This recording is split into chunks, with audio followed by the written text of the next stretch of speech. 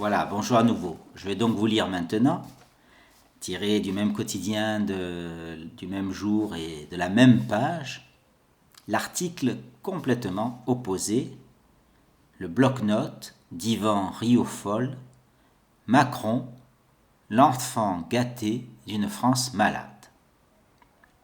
Ces bonnes fées sentent la naphtaline. À son tour, François Hollande a appelé lundi à voter pour Emmanuel Macron, vainqueur du premier tour de la présidentielle, 24,01% des voix. François Fillon, arrivé troisième, 20,01%, l'avait précédé dans ce ralliement. L'homme neuf n'est déjà plus que le candidat banal des caciques désavoués. Nicolas Sarkozy, Alain Juppé, Manuel Valls, Benoît Hamon, etc. Macron est également soutenu par le monde médiatique, le MEDEF, et une palanquée de, ouvrez les guillemets, résistants, fermez les guillemets, à Marine Le Pen, arrivée deuxième, 21,30%. La percée du leader d'En Marche lui assure normalement son élection le 7 mai. L'intéressé a d'ailleurs déjà fêté sa victoire dimanche soir à la Rotonde, restaurant cossu du quartier Montparnasse. Sarkozy l'avait fait en 2007 au Fouquet's, mais à l'issue du second tour. L'UMPS, que moquait le FN, s'est reconstitué avec les socialistes et les républicains. Mais où est la rupture annoncée? La France en colère ne ressemble pas à ce bon élève verbeux.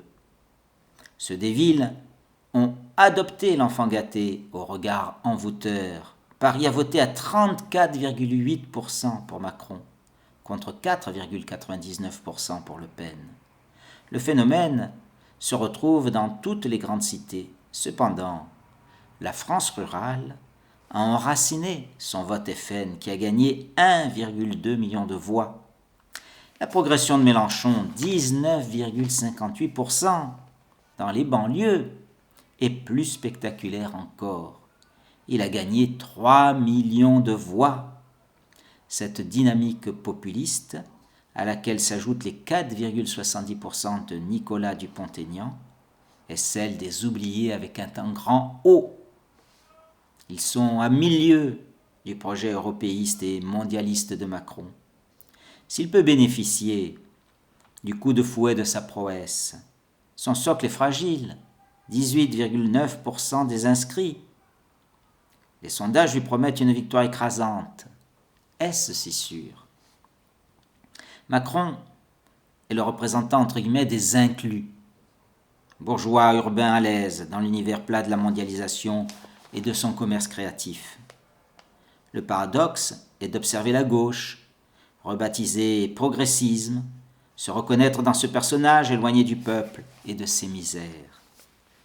Lors de la campagne américaine en 2016, la super favorite Hillary Clinton avait insulté les partisans de Donald Trump. Elle voulait le mettre dans le panier des pitoyables, les racistes, sexistes, homophobes, xénophobes, islamophobes. Ce mépris de classe s'observe en France, lorsque les opposants au FN disent vouloir, entre guillemets, faire barrage à ces mêmes ploucs fascistes au surplus. Ces injures permettent d'ignorer les causes de la montée constante du populisme. Macron, sifflé mercredi par les ouvriers de Whirlpool à Amiens, qui venaient d'acclamer Le Pen, devrait se souvenir du sort réservé à Clinton. L'Éliassin est capable d'hypnotiser la droite étourdie. Après avoir salué Jeanne d'Arc, puis visité le Puy du Fou en Vendée, en compagnie de Philippe de Villiers, voilà Macron qui se dit patriote, mais aussi populiste.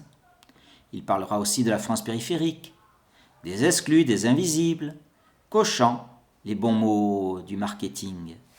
Demeure toutefois l'idéologue de la société ouverte, de l'immigration, du multiculturalisme, des bienveillances accordées aux minorités.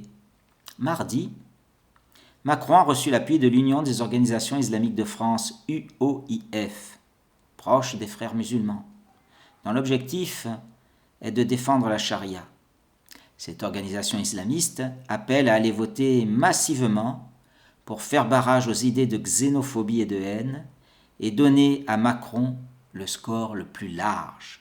Macron à l'Élysée, c'est la France mise à l'encan. Une révolution est lancée. Le ralliement des barons républicains à l'ambitieux jeune homme, dans lequel Hollande voit sa filiation, est un abandon supplémentaire pour ceux qui se désespèrent de cette droite, sans orgueil ni conviction. Avoir vu Filon, le soir de sa défaite, oublier ses combats pour la nation assimilatrice et contre le totalitarisme islamique au profit de ce « front républicain », reconstitué pour sauver la gauche, qui l'a torpillé, n'a pas été la moindre des déceptions.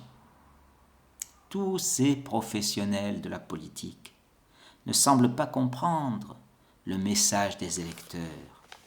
Ils ne veulent plus de ces pratiques insincères, de ces arrangements d'appareils, de ces reniements opportuns. C'est une révolution que les Français ont lancée en éliminant les deux principales formations, PS et LR. Elle force le monde politique à redescendre sur terre et à revoir son rôle au vu des nouvelles exigences démocratiques. Plutôt que de mimer les oukases de la gauche, moralisatrice, qui a lâché les chiens contre le FN, la droite devrait suivre Hannah Arendt quand elle pestait contre, la dégradante obligation d'être de son temps. Le grand débat de mercredi s'annonce déterminant. Ce sera l'occasion de mesurer la totale opposition entre les deux projets, concernant notamment la conception de la nation, de la famille et de la civilisation occidentale. La vision que porte Le Pen n'est guère éloignée de celle de la droite de gouvernement, sensible à la question identitaire et à la préservation de l'unité de la nation. Des sujets que Macron répugne à aborder, leur préférant la politique de l'apaisement. Cette lâcheté, maquillée en vertu. En réalité, le FN a déjà gagné la bataille des idées, en ayant replacé la patrie, la nation, le drapeau au centre du discours. L'idéologie post-nationale que défend Macron, quand il dit qu'il n'y a plus de culture française, est une vision combattue par le populisme éclaté en courant contraire. Une élection de Macron par défaut, loin de tranquilliser la France excédée, la rendra plus éruptive. C'est cette issue qui se profile, à moins que Le Pen comprenne enfin que le sort du pays est plus important que la sortie de l'euro et ses archaïques saillies antilibérales. Union des droites. Dans l'ultime étape, Le Pen a l'opportunité d'attirer une partie de ceux qui rejettent le projet macronien, un tiers des fillonistes. Moins d'un quart des mélenchoniens pourraient déjà la rejoindre. Dupont-Aignan partage aussi des cousinages. L'union des droites, que les états-majors refusent en ne sachant plus trop pourquoi, est en marche. Ce sont les citoyens qui écrivent l'histoire dans le dos de leurs représentants. La Ve République en question, que le gagnant soit Macron ou Le Pen, la frustration sera la même, d'un côté ou de l'autre de la France fracturée. En fait, le système présidentiel étouffe l'intelligence collective. Sortir de la Ve République,